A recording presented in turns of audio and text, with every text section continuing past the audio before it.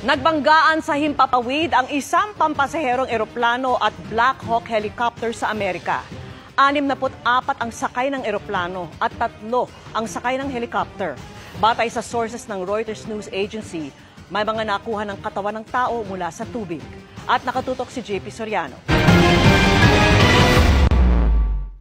Maglalanding na sana sa Ronald Reagan National Airport sa Amerika ang isang pampasaherong eroplano nang bigla itong tumama sa US Army Black Hawk helicopter.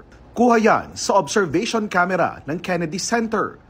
Bumagsak ang 2 aircraft sa Potomac River, kaya nagsasagawa ng search and rescue operation ng iba't ibang ahensya sa ilog. Ayon sa American Airlines, 60 pasahero at 4 na crew members ang sakay ng eroplano.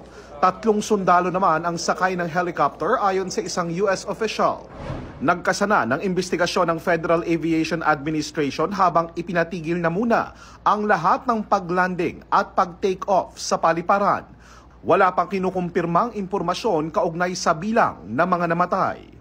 All we can confirm tonight is the number of people on each aircraft, when we can't provide any more information about recovery efforts.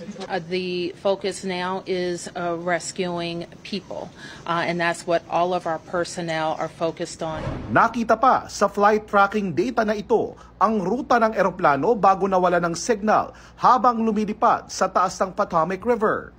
Ipinagbigay alam na kay US President Donald Trump ang aksidente na nagpasalamat sa first responders. Sabi ni Trump, binabantayan niya ang sitwasyon at magbibigay ng karagdagang detalye pag may bago ng impormasyon. Tinututukan din ng Embahada ng Pilipinas sa Washington, D.C. ang insidente. Pero sa ngayon ay wala pa raw silang nakukuhang ulat na may Pilipinong nadamay.